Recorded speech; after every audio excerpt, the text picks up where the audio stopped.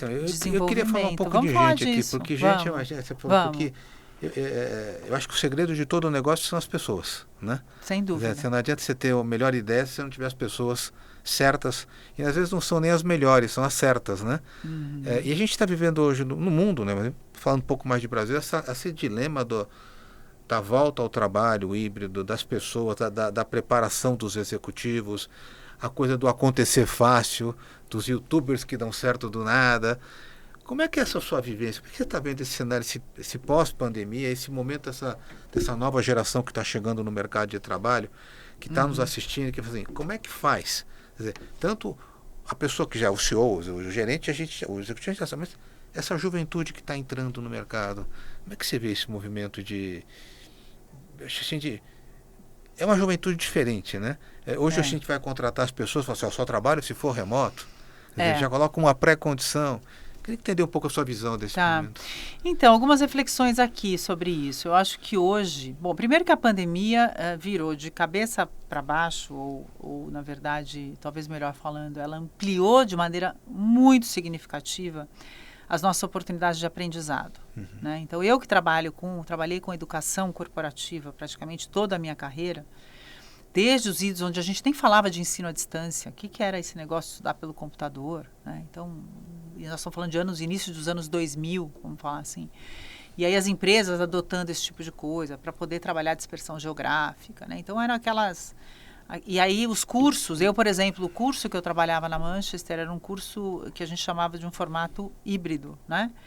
E que eu precisava explicar o que era isso, certo? Hoje eu não preciso mais explicar o que é um formato híbrido, né? Então, acho que aqui a gente já começa a olhar um pouco como é que mudaram, né? Como é que esse mundo hoje mudou face a 4 anos atrás, vamos pensar pré-pandemia. Então, a gente tinha um programa que era uma parte presencial, concentrada, e uma parte à distância. Só que existia ainda um preconceito de que isso não funcionava, né? De que as coisas não eram tão boas. Existia uma percepção de uma qualidade diferente, né? E por que eu estou falando isso? Porque hoje, isso primeiro se desconstruiu, isso não tem mais volta. Quer dizer, hoje você aprende a fazer... Hoje, se eu quiser fazer um curso em Cambridge, enquanto eu estou aqui trabalhando, eu faço. Porque eu tenho lá um curso online e ele, para mim, hoje tem uma percepção de qualidade igual a um curso que eu faria lá, por exemplo, ou qualquer outra universidade, a própria Universidade de Manchester, ou qualquer outra universidade em qualquer parte do mundo, né? Vamos fazendo referências britânicas aqui, porque afinal estamos nesse espaço. Então, o que eu quero dizer com isso é que hoje a gente tem, para estes jovens, uma oportunidade de aprendizado, seja um aprendizado formal, seja os aprendizados no YouTube, em todas as plataformas de ensino que aí estão disponíveis, que a gente nunca viu nada igual. Então, esse jovem hoje tem acesso a uma oportunidade de aprender coisas novas o tempo todo. E isso dá uma aceleração para esse grupo, como também a gente nunca viu, né? E eles estão aproveitando isso? Então, por outro lado, né? Existe a gente ouve falar, eu acho que tem um elemento aqui, do jovem hoje, muito mais fortemente, está nessa busca do seu propósito, né? Da gente estar em busca de uma conexão mais ampla com algo que faça sentido para mim. Quer dizer, a gente sai de um passado onde eu, quando entrei em mercado de trabalho, você, quando entrou em mercado de trabalho, a gente ia lá para fazer uma carreira, que era uma coisa mais estruturada. Ser melhor que nossos pais. Não é? Aquela que vou mostrar que eu posso dar certo, que eu vou dar certo. Ou que eu vou fazer uma carreira. Eu tinha uma lealdade para com a empresa, com o meu trabalho. Mas hoje é múltiplo, né? Você trabalha de onde você pode estar, e a gente já entra nas questões de trabalho híbrido. Você trabalha de qualquer lugar, você pode ter múltiplas carreiras. Eu mesma acabei perseguindo ao longo, né? Acabei tendo ao longo da minha trajetória múltiplas atividades, porque eu tinha contratos de trabalho que não era um contrato formal CLT nosso. Eu tinha um contrato de trabalho com a Manchester que era parcial, aí eu me vinculava a um outro trabalho, de repente, de consultoria que eu tinha interesse, dava aulas em outro local. Então, isso já me trouxe, né, naquele momento, meio que você se torna... te dá a possibilidade de ter diferentes visões e ter mais jogo de cintura, eu diria, talvez, né? Então, os jovens hoje, na hora que se vem diante, talvez, de toda essa disponibilidade, eu também me questiono se eles estão fazendo o melhor proveito disso, né?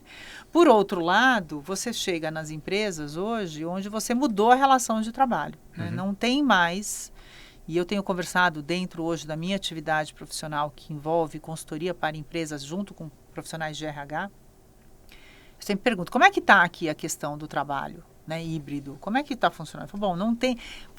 Hoje eu ouvi numa reunião uma empresa que falou, puxa, o ano passado a gente teve alguns momentos difíceis, inclusive porque a gente perdeu o home office. Olha que frase interessante isso. Porque isso virou uma proposta de valor importante, não só para os jovens, que hoje chegam e falam assim, não tem trabalho, você está me obrigando a ir para o escritório? Não quero trabalhar aqui.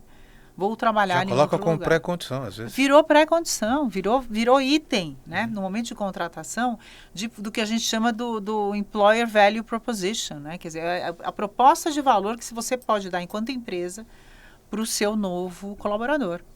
Então, isso mudou radicalmente porque as empresas têm que inclusive muitas delas, e eu diria que eu não ouvi nenhuma falando o contrário, de que elas não têm mais o espaço físico que elas tinham pré-pandemia. Então, elas falam, se vier todo mundo trabalhar hoje no escritório, não tem lugar para todo mundo, né? Então, dar esse espaço de flexibilidade, eu também entendo que é um mecanismo interessante, até para poder gerar outras ideias, fazer com que as pessoas possam acomodar outras demandas da vida. E se a gente está entrando para um lado de que as pessoas buscam uma conexão de mais propósito ou de algo que faça mais sentido, né? A gente fala muito hoje de propósito, fazer sentido. Eu acho que a organização do trabalho nesse formato, ela passa por essa Mas deixa eu fazer uma provocação para você, né? Você trabalha com pessoas, né? E eu tenho a minha empresa, toco aqui meu negócio. Eu fico muito preocupado com essa juventude, no sentido da pessoa, ela entra como estagiário na tua empresa, tá? O executivo que já está mais consolidado, ele já tem os valores da empresa, ele já sabe trabalhar. Mas a pessoa que está entrando no mercado de trabalho, ele normalmente aprende sob a orientação de um outro profissional, tá? E aí me parece difícil, rotinas, processos, que as coisas vão... Eu sinto muita dificuldade eu sinto assim, não sei se a tua opinião em relação a isso, de ver essa juventude aprendendo. Você pega um advogado, um estagiário, tá? Ele aprende com os outros advogados. E no dia a dia, na troca, né? Você não acha que nesse contexto o presencial pode fazer sentido? Ou dificulta a aprendizagem? Não, eu concordo totalmente com você. Eu acho que tem coisas que não dá para abrir mão. Achei que você ia discordar, já estamos preparados aqui para você me dar... Não, veja bem, tem coisas que não dá para abrir mão do presencial. Eu acho que é isso que a pandemia também nos mostrou, né? Trabalhar o 100% remoto, ele tem... Acho que é nem tanto ao céu, nem tanto à terra, né? Então, assim, você não estar presencialmente num contexto de trabalho em nenhum momento é prejudicial também, porque você precisa dessa conexão com as pessoas, você precisa uma hora sentar e não é só uma conversa de trabalho, mas eu posso chegar a olhar para você e falar, puxa, tá tudo bem hoje com você? Como é que foi teu fim de semana? Que às vezes na reunião online, você está lá focado, e é bom que você esteja numa reunião às vezes focado para ser muito assertivo naquilo que você precisa resolver. Mas existem elementos do convívio dentro de um contexto de uma organização, que são os aspectos mais tácitos, digamos, dessa convivência, que a tecnologia não dá conta. Então, por exemplo, você aprender porque um estagiário está te observando, não tem como fazer isso necessariamente, né? Pela tecnologia. Porque tem elementos aqui que não estão claramente... mapeados ou claramente dados naquela relação. Precisa ter a troca presencial. Então é importante. Você não acha que eu vejo assim uma questão até de ameaça, porque se não for presencial eu não vou, ou se for presencial eu não vou. Eu estou vendo as empresas forçarem a volta ao trabalho. Nos Estados Unidos tem acontecido, vai voltar, queira ou não queira, o Elon Musk fala volta, se não volta está fora, e do outro lado fala assim, eu não volto. Ficou meio um jogo de queda de braço? O que eu tenho ouvido aqui das empresas de maneira muito consistente, de se manter um trabalho híbrido. Então, assim, 3 vezes por semana no escritório, 2 vezes em casa. Tá. Né? Então, de novo, acho que não é nem tanto ao céu, nem tanto à terra. Vai achar um ponto de equilíbrio, sabe? Né? Porque eu acho que algumas empresas, dependendo da cultura da empresa, existe... Até ontem tinha uma conversa, nesses últimos dias, fazendo uma conversa sobre isso, que algumas empresas meio que conseguiram se autorregular nessa dinâmica, onde as equipes estão felizes, os gestores estão conseguindo ter, né, uma boa gestão dos seus times, está todo mundo produtivo, os resultados estão sendo atingidos, ou seja, tem um equilíbrio que conseguiu se estabelecer. Tem pessoas que têm dificuldade em gerir times dessa maneira. Sim. E aí também é um outro aprendizado, principalmente, né, pessoas talvez mais velhas, que já estão há mais tempo no mercado de trabalho, podem ter mais dificuldades para se adaptar a este novo formato. Os jovens tiram isso de letra, até porque os jovens já vêm com aquele kit multimídia, né? Eles fazem tudo ao mesmo tempo e funciona muito bem. Então, já vem também dentro um pouco dessa frente. Então, eu acho que é uma combinação de elementos. Não adianta falar que vai voltar, porque isso vai gerar atrito, digamos, vai gerar, né, fricção ali. Mas também não dá para dizer que você vai ficar totalmente remoto e aí você perde as questões de cultura. A cultura organizacional vai ter que existir de alguma maneira, né? E acho que isso não se perde. Pode perder a maneira de trabalhar de repente. Né? E a conexão com as pessoas, sabe? A conexão com as pessoas. Eu tive uma oportunidade no passado, ainda durante a pandemia, de começar um trabalho numa empresa que, obviamente, naquela ocasião, estava totalmente virtual, né? E assim, eu comentava com os meus colegas a dificuldade que é você começar num trabalho onde você não tem um mapa na tua cabeça, claro, de quem são as pessoas e onde elas estão. Se você está num prédio físico, aquilo delimita o teu mapa. No terceiro andar é o time de vendas, no quarto andar é a área de compra, o que for. Né? E você aqui mentalmente monta um mapa daquelas pessoas, quem elas são, e você cruza no corredor, você dá um oi para uma pessoa que você não viu.